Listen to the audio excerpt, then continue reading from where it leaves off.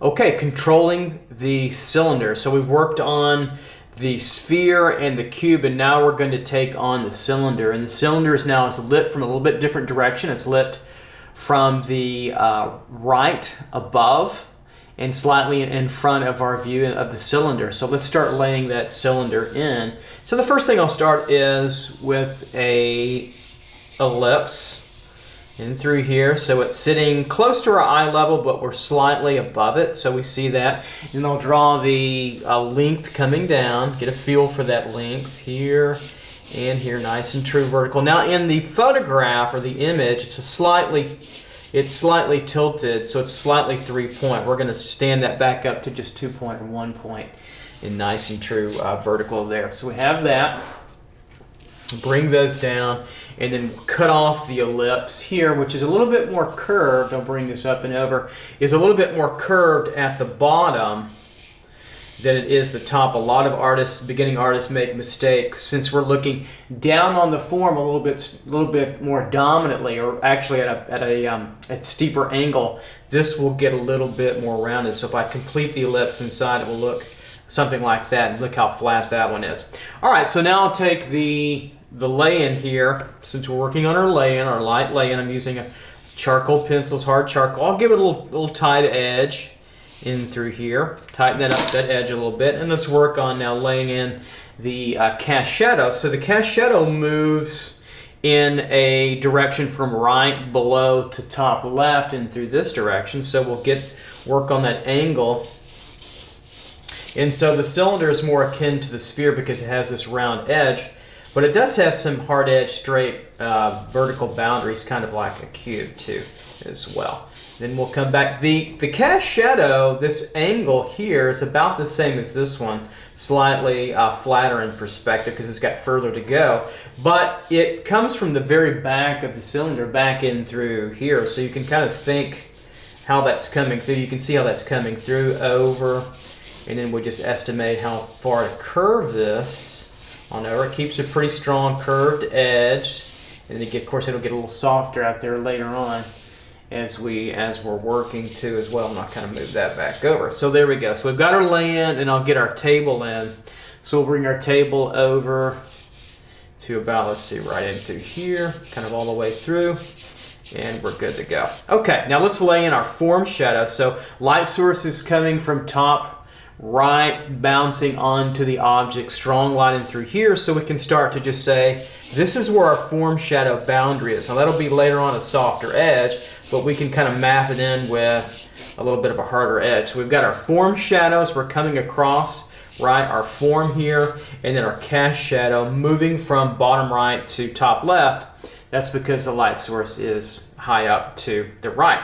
Okay, so now we're ready for our first pass of our blocking, and I'll start blocking in. I think I'll start this time with the background. So we know the background's a little darker. So I'll take my medium charcoal pencil, or you could use a soft. I just thought I would go through the steps and stages with you.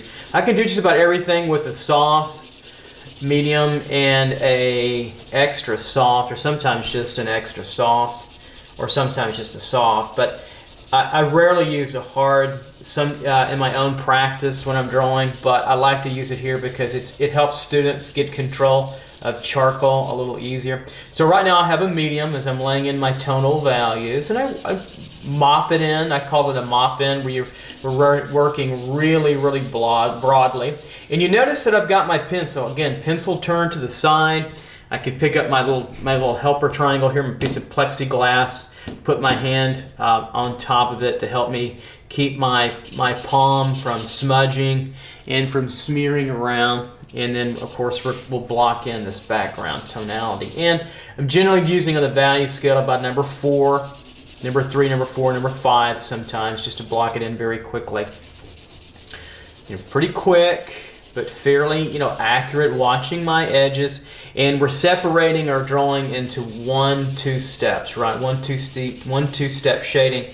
And then if we have a cube, it's generally 1-2-3 step as well. But you can think of this as just 1-2 steps, meaning the light side is 1 and the shadow side is 2. So 1-2, 1-2. So this is a quick block, and it helps your eye relate to the entire composition. What I think sometimes what happens with young less experienced artists of any age is you try to jigsaw puzzle. You want to start to render maybe things in through here that are really contrasty or have cool textures. And it number one, it takes a lot longer. I call it a jigsaw puzzle approach because you're working a little bit here, you're working a little bit there, you're working a little bit here, and it never really comes together till the very end. Here we can see it all together in pretty quickly in about 3 or 4 minutes. So now I'm going to come over and I'm going to mop in my form shadows of our cylinder here on the left side because it's lit from the right. And so I'll gently kind of gloss down in through here. You can go quicker with a softer pencil, but the problem with that is it tends to be harder to control since it's so soft and you have to develop a lighter touch. It took me a while as a student to really get that down, especially when I worked with the figure. It was like a runaway, I call it a runaway freight train with my students here at the university because it can kind of get away with you really quickly. And it wasn't until I really had a command of some figure basics that charcoal I could really control it. So now we're going to block in the cast shadow here. And so to continue on, if you want to use the Progresso pencils, I'll use those some in our study of forms and light too as well. And so they're waxier and they're a little bit easier to control. And that's actually how I teach my students to start out with the figure. We use Progresso pencils so they get a little bit more confidence laying in value that way. And then later on they can control charcoal when they have a little bit of experience, a little bit more experience with the figure. That's the way I like to teach it, but everybody has a slightly different approach. Okay, so there we go. So now we've got our blocking in, and we've laid in the forms, we've blocked in the shadows, and now we're ready for to start to go further with this in what I call getting into detail. And then the next step, obviously, is to pop this out, to give it a core shadow. So the core shadow congregates down the middle. It terminates where the light ends, the shadow begins. So the light terminates, the shadow begins, and I call it the core shadow. And that's that area of the darkest shadow right in through here coming on down. It congregates a little bit more at the top because the light source is more at the top and you get more reflected light at the bottom here popping back up. So the next step here, let's now pop in our core shadow. And again, we're working light value to darker value and working shadows to light, to illuminate the light. So, and again, I'm working very lightly with a light touch, and I'll work up and down some, and I'll work side to side, and I'll kind of contour and caress over that a little bit, and I'm moving my body to the side, etc. And then I'll turn my paper around. You do whatever you need to make this, really work for you. So I need to go ahead and correct this. This comes out about right here, out from where the core shadow starts, down in through here. Take a look at that. Where the core shadow starts, that's generally where the cast shadow is, where they meet up a little bit, and then the rest of that in through here is more of the table. So I'm going to take that out so you'll see that. Okay. So we'll keep going, and I'll make some more passes here with my core shadow. So we're now we're going from the block in. The next stage is to add your core shadow to get that pop or that realization of light, really starting to turn the figure. The first two steps, 1, 2, light, gives you the overall compositional structure, but it doesn't give you a lot of volume.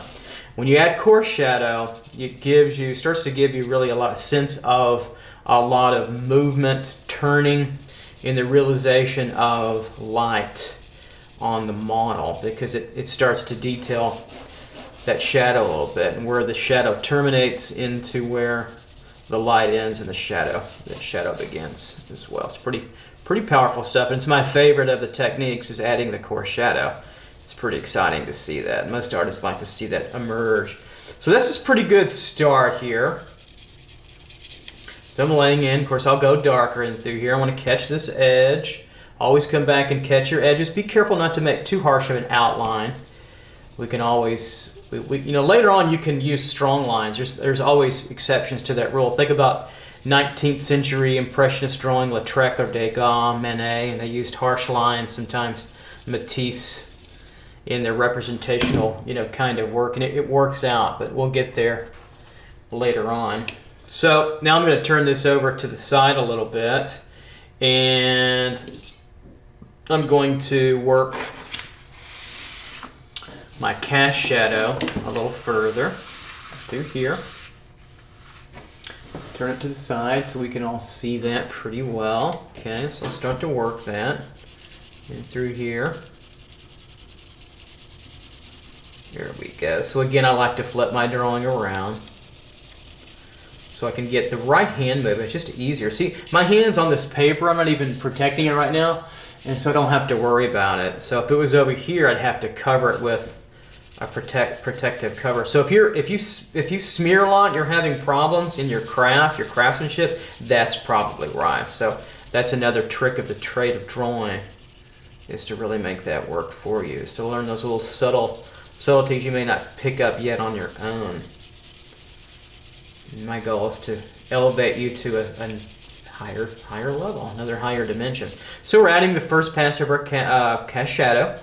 A little stronger in through here. And that's also, what do you notice when we get that cast shadow laid in the coarse shadow, we automatically start to get what? Number 5 is our reflected light. It comes out pretty nicely too as well. So it starts to emerge. It all starts to come together when you start to put these pieces together, and obviously really fast too, right? We're getting this pretty fast. So we'll come through here, and then I'll start to work on my background tone a little further in through here. And so I'm going to set up later on a little darker over here, and it's just perceptually slightly lighter over here, so we'll want more contrast. Here's our focal point right in through. If we took a circle area, it would be right in through there. So let's do another pass now with our pencil here, a charcoal. I'm using a soft now. I moved to a soft charcoal pencil.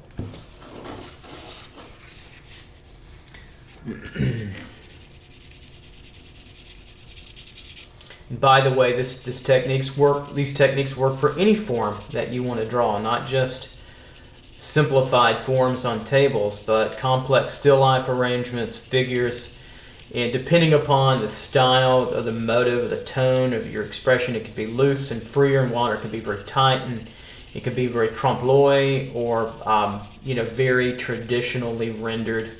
I talk less about style and more about technique, and more about the reasons why rather than how. Again, be careful. There's a lot of instruction out there, and I'm a little concerned. I get concerned. I'm not going to name who or what. That's not who I am, and I don't like or dislike videos that I check out sometimes to see. But I am a little concerned out there that I would say that there's some bad habits that get passed around, and if you don't know, then what's good or bad without some help, you may catch into some bad habits. So I've had students reach out to me on YouTube land and ask me what they thought about various other areas, and I'll tell you what's great. If you're ever interested, email me, and I usually get back to almost everybody, unless the question is, every now and then I get some silly questions that I'm just not even going to pay attention to. But most of the time I get great questions, and if you're interested in other studies on YouTube, which I am, I think you should get a wide approach. If you're not studying at school, then email me and let me know, and I'll reach out and I'll let you know what I think is pretty strong, and that you can learn a lot from, and what I think maybe that you should stay away. But I don't endorse, and I don't give negative reviews of that or anything. Certainly I don't give likes or dislikes, so as well. Okay, so I'm just talking as we're now rendering some background tone. You can see the drawing start to illuminate. I'm going to turn it more to this side now as I come across my surface of my drawing, just moving through here. I'll bring this over so I can get to it a little easier as well. Now, if you're working on an easel, you could turn your drawing board around that way. I'm just working on a flat table, and that's why I do this. A little bit harder to get to sometimes. It's not leaning up. So that can be a little challenging, but I've got to keep, obviously, the camera working at 90 degrees for you. Okay, otherwise you wouldn't be able to see it as well. So soft pencil now coming through. Look how easy. I'm just gliding through, barely holding on to the pencil. And I'll catch this edge a little bit of our table here, back in through there. And so we're getting a good now value range all over. We're about halfway to kind of a full resolution. You catch your edge running through here. All right, catch your edge on the ellipse. Got to work on this. Right in through there. Just take great pains to keep that ellipse caught up. Now I'm going to lay in the first value pass of the table. And I'm going to go back to a medium.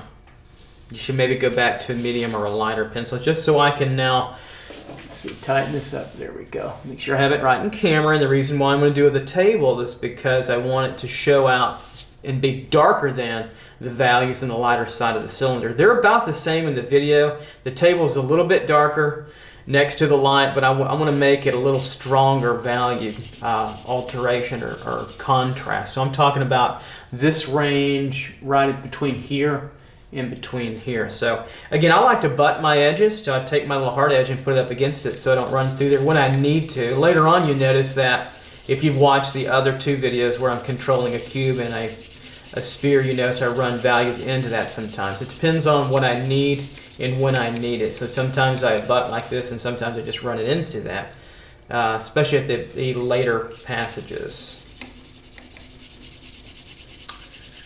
Alright, so we're rendering this tabletop a little bit with light on the surface here. Don't forget I have a lot more of these forms in the references in the basics. Use those all the time, and then when you get comfortable, set up your own. I buy these forms from a company called, these white forms that I have from NASCO. It's not an endorsement, but they are nice, and I don't get any kind of monetary kickback. There's no profit in the drawing database. It's all public. The university gives me grants. I write grants so I can get the materials to put these videos out. It's a great public service tool. Thank you for all the wonderful emails from time to time. I appreciate that. And like I said, I get back to you when I can.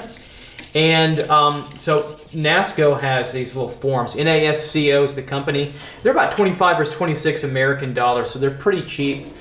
And they ship out pretty well, and they're about 3 inches by whatever the height is, and they're really nice to study from, and they're clean, and they have a rubbery kind of vinyl quality. They're really nice. And so if you want to buy your own and set them up in different arrangements, feel free to do so. It's great, but I don't get any money back.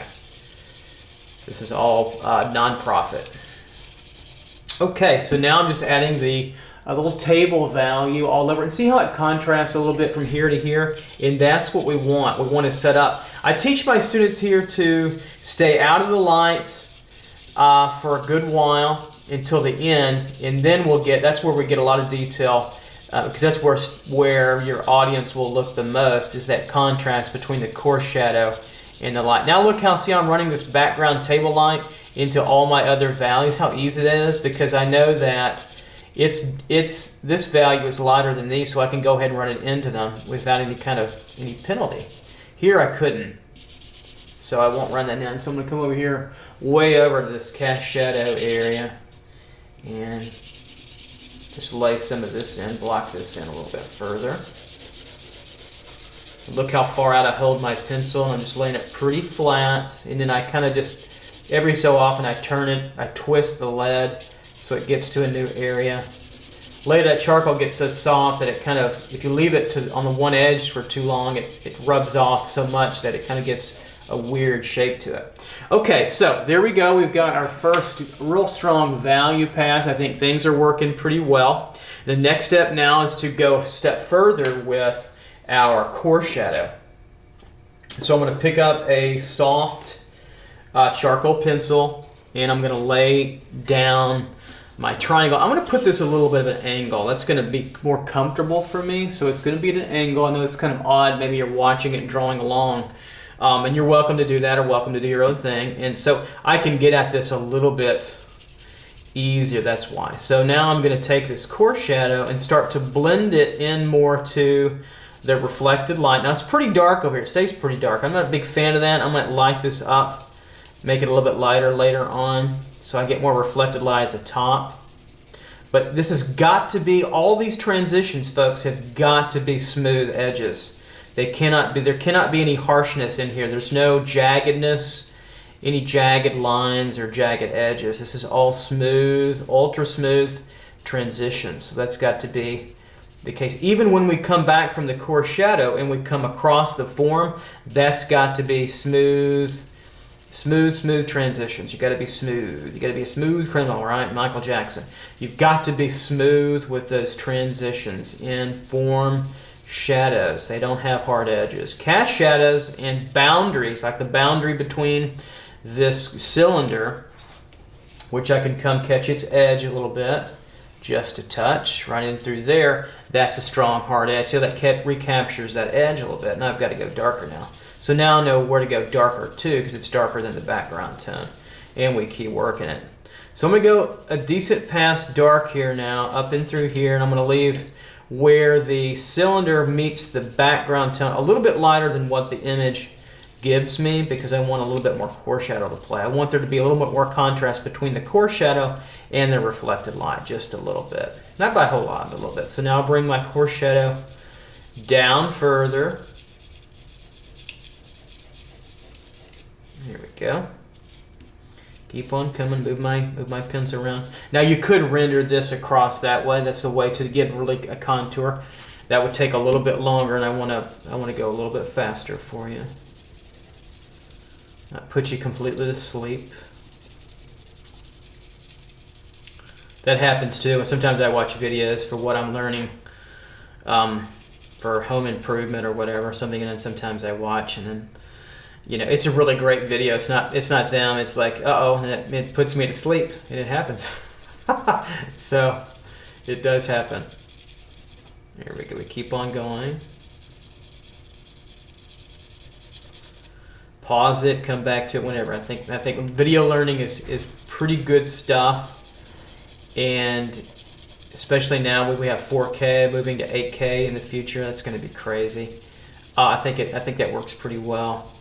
And if you can come back to that, but there's nothing like having a mentor, and not that I'm special, but I mean when I was a student, having mentors there, because we didn't have videos to use. They had video cameras and stuff, but we didn't use videos yet. But there was no YouTube back in the late '90s, mid to late '90s, early 2000s, and it's nice to have. So you notice that the coarse shadow gets a little bit lighter here. I'm going to keep that. I kind of like that right in through here.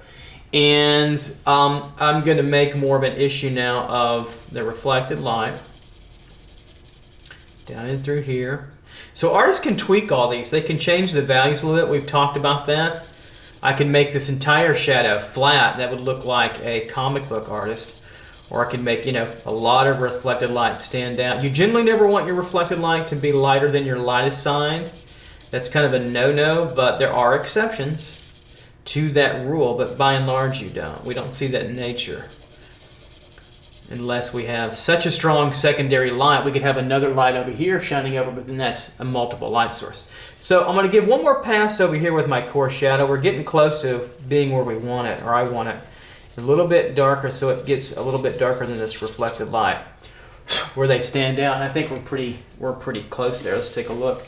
Looks pretty good there. I like what I've got. Now I might come across this with my medium charcoal pencil, soften and blend this up a little bit. Just a different direction of stroking can help you blend. So when I mean blend, I'm just running very gently the broad side of the charcoal pencil over it, just to kind of blend through there. There we go. So that's working pretty well. Now I want to come over and I'm going to take my medium charcoal pencil, and now I'm going to start working from the coarse shadow out to the edge of the cylinder on this side. So I think I'm going to turn it sideways and then excuse me, upside down a little bit so I can get to that a little bit better. And of course I'm going to have a little bit of the plexiglass glass protection to work with too as well. So now I'm going to, because the reason why I'm going to stroke it this way, and I want it to start to show a little bit more of that contouring. So this dark value, dark shadow form, number 3 in our properties of light, is right in through here, and it stays in this kind of value range in the 6s, 5s, 6s, maybe a little bit of 7 for a decent while until it gets kind of right in through here coming down. And remember, this transition is pretty soft, so I've got a little fold in the paper. That's why there's a little tick edge there that happens. So we've got this coming through. You could keep on working it. And I can blend that pencil right into, run that pencil right into the core shadow down in through here.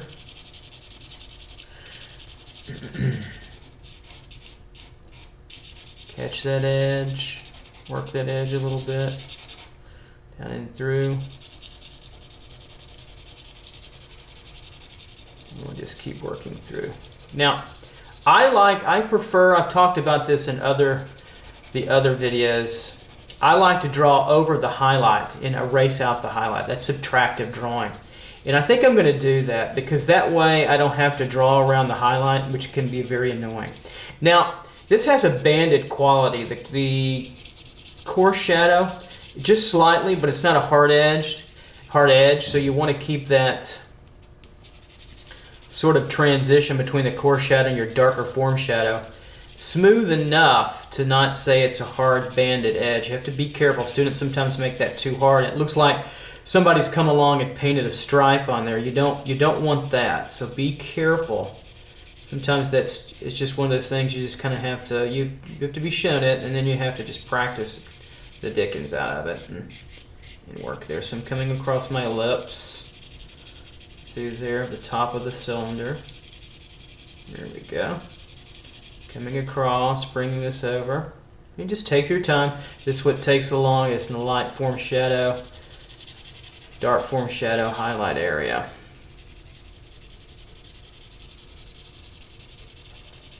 I want to keep on coming over, taking great pains to go a little lighter.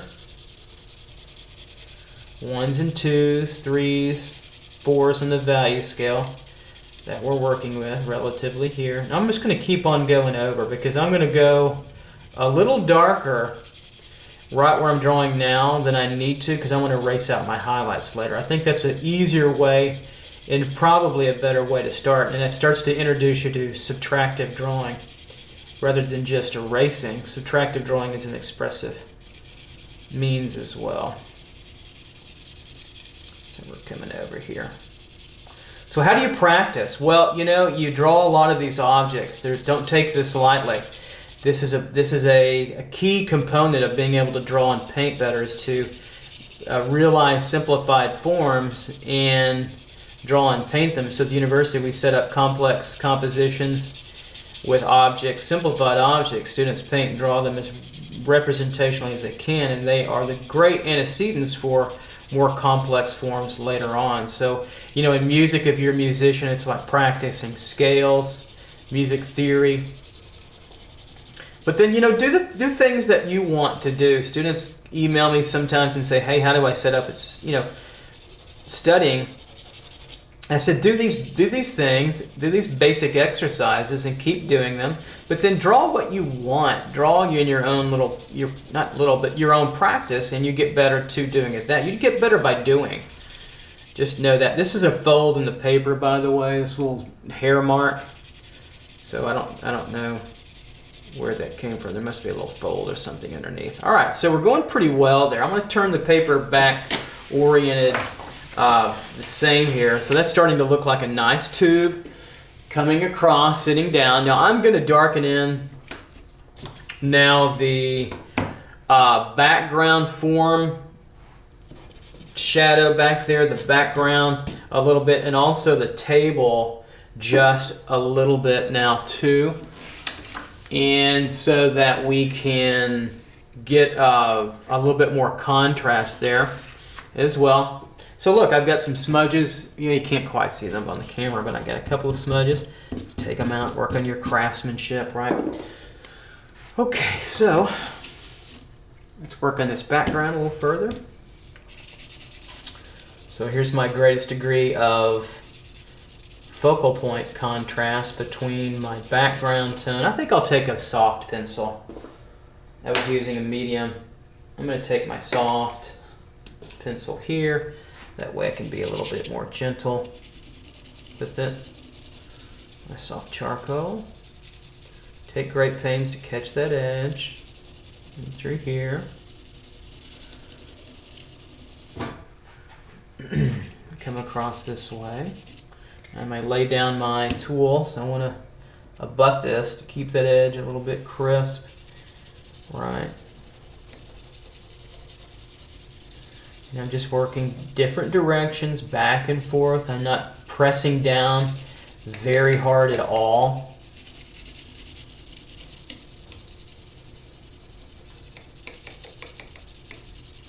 You can kind of hear it hit the ruler or the triangle there to keep the edge. See how it keeps the edge nice and clean and crisp. Hard edge boundary, folks, right there. That's what you want. Hard edge boundary, because that's the end of a form. That could be the end of a wrist or a neck or a nose. And you want to keep that as clean and as tight boundary as possible. It's important. So we'll come across here a little bit. Now that gives me some nice contrast against this light of the cylinder, so we can work that a little bit further. I'm going to bring this table down a little bit darker than what it is in the image, just a little bit more since it gets bleached out. Just a touch further.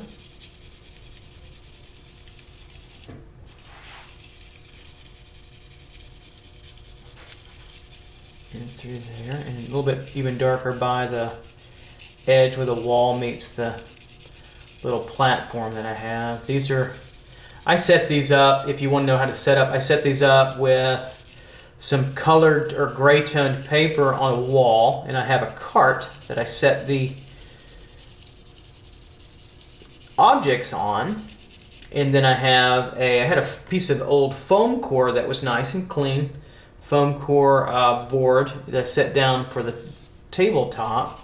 And then I just had light sources that I used, and I have used my 4K camera to photograph. Nothing fancy at all, for sure. You can do that at home or wherever you're at. If you're teaching at middle school or high school or whatever, use these techniques, especially at that age. The younger that you can orient students to good drafting and craftsmanship is, boy, it's great. I had a really good high school teacher, Kathy Bradley. She was excellent.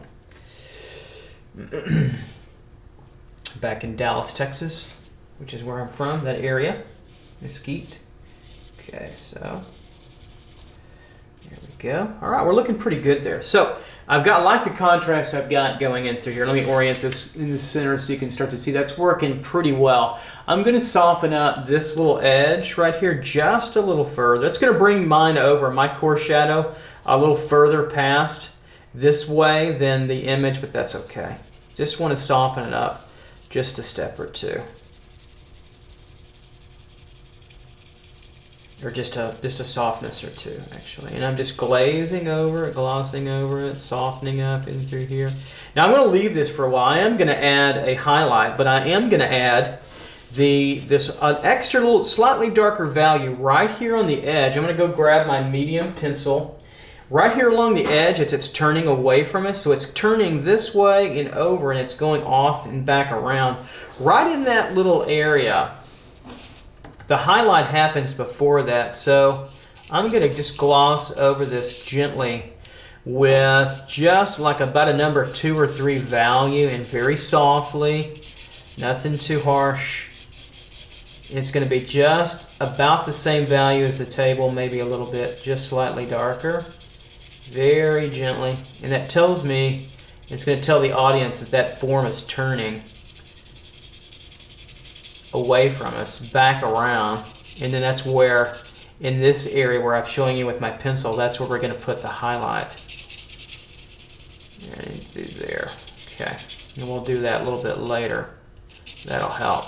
Okay, so now I'm going to come over and I'm going to work on my background a little bit, and I'll pull out my extra soft now so I can really kind of finish this out. I'm going to go one more pass over here and make it a little bit darker, because this is where I want to set up my greatest degree of contrast. I don't want to blast it with dark, but I want it to be a little bit darker. I certainly don't want it to be as dark as the core shadow. I think I want to keep it about a 5, 6, 7s in the value scale. That's plenty, because it's going to be up against 0s, 1s, and 2s, and that's going to be plenty of contrast. I could make it 9s and 10s, but that means it would be a very dark, heavy curtained background. But even then, it would have more value variation. So that's working pretty well. And through here, that's a nice contrast. I think I like what we have there, and I think that's working pretty good. And so I'm going to come across the top of the cylinder. I'm going to turn it to the side so I can get to it better, get to the ellipse a little bit over and through here, so we can darken in just a little bit, transition this out. So I'm going to really work on that edge. Sometimes, here's another trick. When I'm working on my edges, soft pencil's tough. So I might come over with a medium pencil, and then I kind of hold it in the writing technique, but I don't go all the way up. I come back a little bit so I can keep my hand off of this charcoal. I can keep it way behind and still reach it pretty well. So I'm just coming in to tighten up that edge. I'm not drawing a heavy line, even though I'm using kind of a line. It's kind of a soft line, if you will, but it gives me the ability to keep that edge a little tighter right in through there, because that's important to get that, keep that tight edge on that ellipse. And that's a little fold there on how those get in there, but they do. All right, so I'll come back to my extra soft, and I'll blend a little bit here and through here, go a little darker.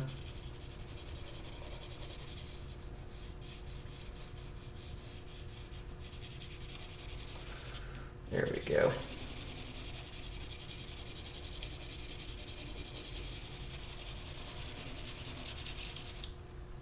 There we go, coming through, coming around, we're getting closer, so we've got some areas still to finish. I like what's happening with the background tone through here, so I'm just going to bring this over a little further. There we go.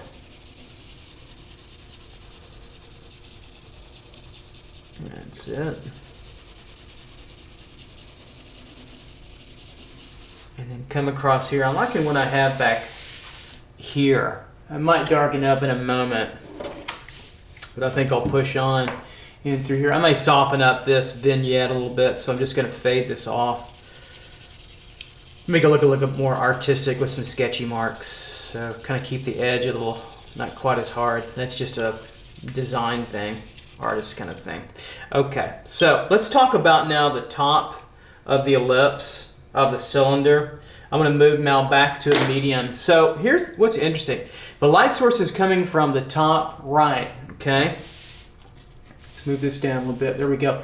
Shooting down to here, and the highlights through here. Notice that there's a little dark that congregates in this lip edge, and then it gets a little bit lighter over here. So a slightly more light is hitting it. The shadow slightly blocked by this lip edge. Not a whole lot, but then it gets a little bit lighter as we go through here. That's an interesting quality. So I'm going to turn it upside down so you can see it in through here. And I think I'll turn my own image that I'm working from off camera upside down so I can truly see it too. That would help.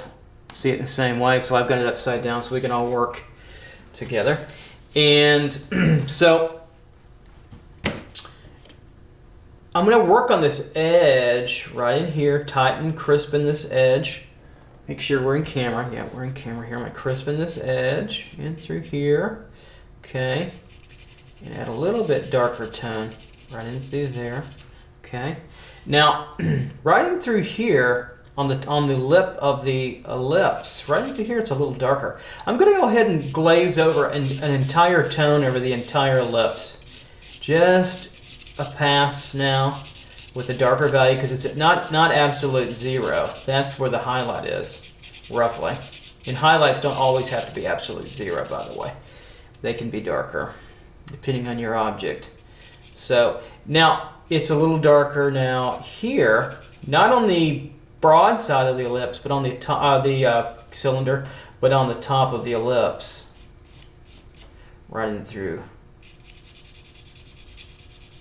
here. A little darker running through here. Then it gets a little bit lighter as it goes to the background. So now I'm getting in here and really working the tip of that edge. I might get my head in the way. Forgive me.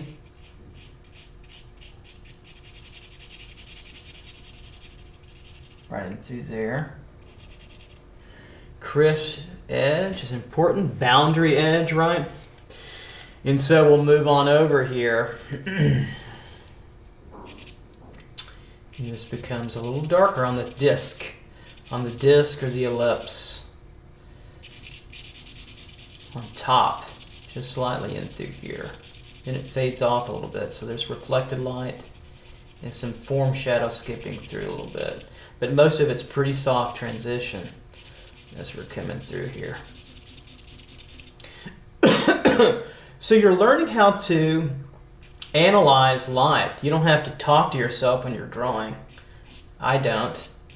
Not at least out loud.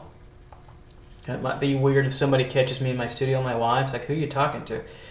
Oh well, you have a conversation artistically with yourself, and you're analyzing light, which is what we're doing here. Here we go. It lightens up on this side of the ellipse through here, and it's also helped by the darker form shadow and then reflected light on this side too as well. So they might very well just be about the same value, but when they're contrasted with darker value around them, they can look lighter or darker. Study Joseph Albers. Look up Joseph Albers in his color square series. They're revolutionary. They use them through art practice studies all the time, and that, even though he used color and value and perception, it's the same kind of idea. So I'm going to come across now, recapture this edge lip here just a little, right in through there, and then I'm going to curve it and turn it right in through there. And then come over and darken this background tone, one slight little pass, and give it a nice edge. Of the two edges, which one would you want to be a little harder edged, and which one would you want to be just slightly perceptually softer? This one would you want harder since it's closer to you, the front edge, and then the one behind it here, you could do perceptually softer. I don't know if I've got that, but that's an idea. And I might come across this way and just blend this through here. Just slightly. I think we're good to go. Let me turn that back. Our normative view. That's looking pretty good there. And let me flip my image back over so we can see that. There we go. All right, so there we go. I think we're working pretty well there. I might blend a little bit up here where it's kind of got a little stronger kind of line halo. I'll just kind of take that off by just running. I've got a medium charcoal pencil and just running it through both. I mean, I'm barely pushing. I'm not even pushing down. I'm just glossing over it. I call it glazing. It's just scraping across a little bit to soften that little area there. Right in front of there. It might have a little bit of divot in that cylinder, just a little bit, so it comes kind of like a little bowl in there, but not by much. That just happens with light sometimes. So there we go. It's looking pretty good. Okay. So I'm going to recapture my edge here, make it nice and straight. Come on through, right in through there, nice and strong. And let's talk now about the cast shadow. Let's finish our cast shadow out here a little bit further. I'll bring this over. Let me see if I can do it without flipping over the image. that gets kind of cumbersome. So I'm going to move now to my soft charcoal pencil, and I'm going to catch the edge of our boundary of our cylinder on the back side, the shadow side here, especially right in through there. Maybe bring that up and over. Just line up my edges and just make a couple of marks right in through there. So we're a little darker now in the cast shadow closest to the object. Right in through here. There we go.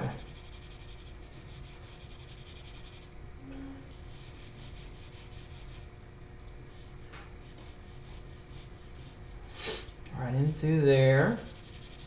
And it starts to fade out a little bit. We get some reflected light. It's a firm shadow edge here, but it's a little softer. And then lighter on this side, the back side. Then it gets, as we come to the front side, it's a little bit darker in through here. Okay, we've got that. So it sits down. So we're coming in with our curve. Tighten that back up, and I may say, come in with our point, our tip. Point that through a little bit, over. There we go. Now just start to bring this over further. All this is going to get just a little darker now. We come through. It starts to get softer as we get further away from it. And through here.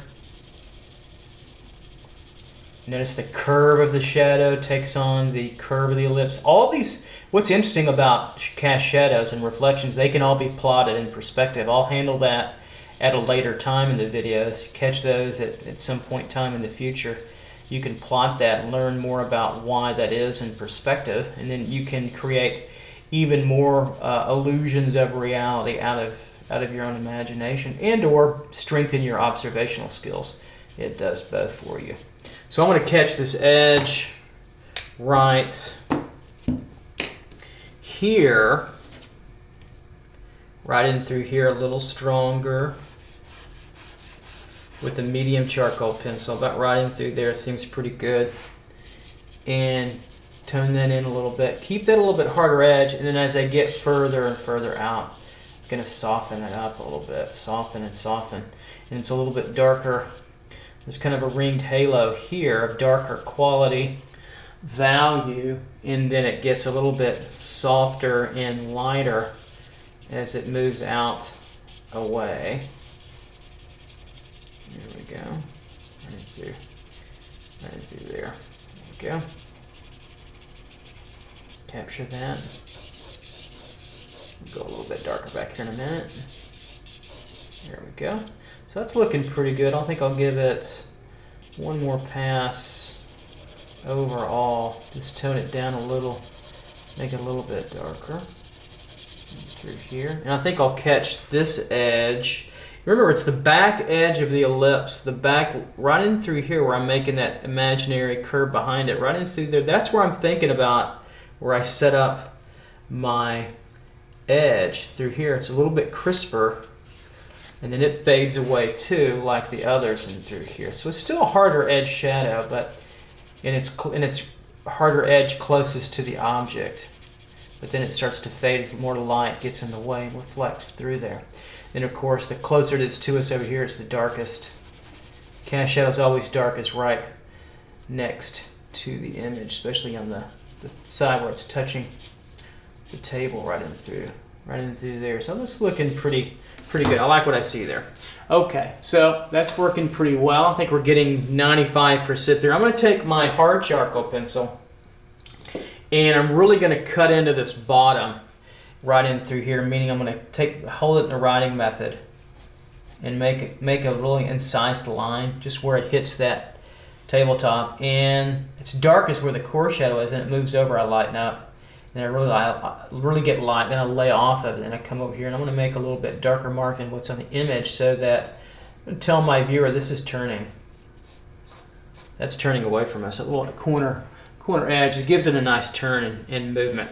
Okay, I'm going to come back here now and work just a little bit here. I'm going to pick up my soft pencil, and I'm going to work this background just a little bit darker. Not as dark as my reflected light, my core shadow. I need contrast.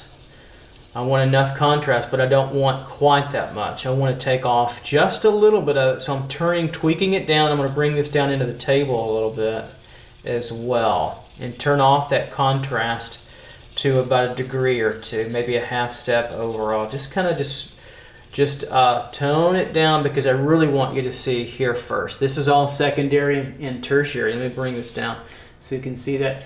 And this is the most important right in through there. Okay, that's something too. And it's really easy in drawing because you just kind of, when I call glaze over it. So I'm adding tone here. I'm barely pushing down.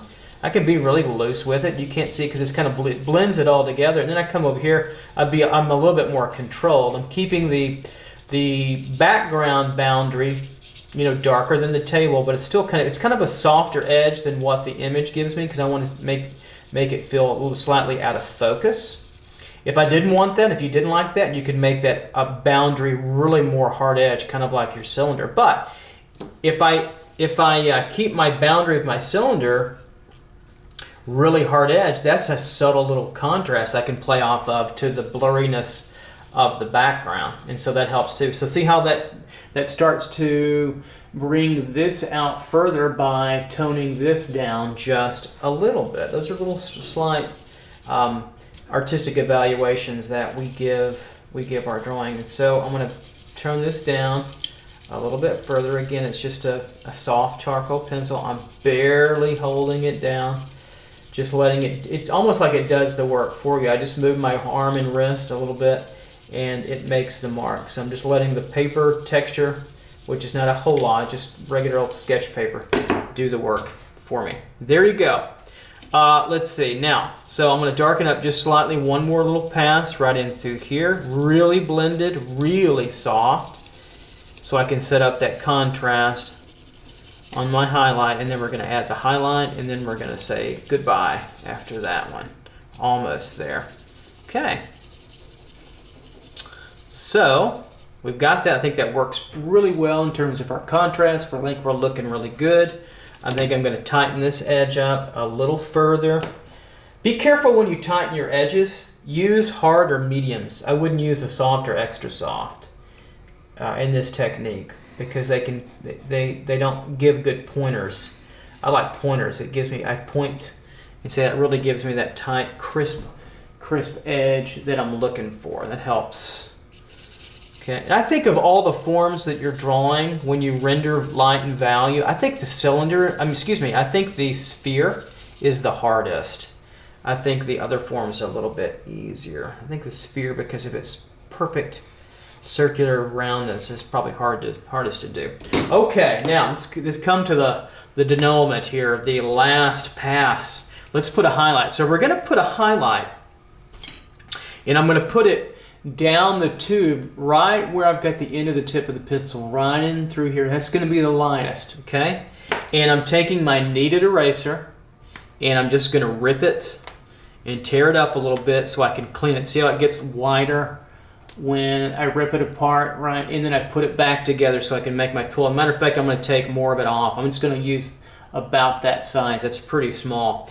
And kind of clean it off, get a nice little shape to what I want.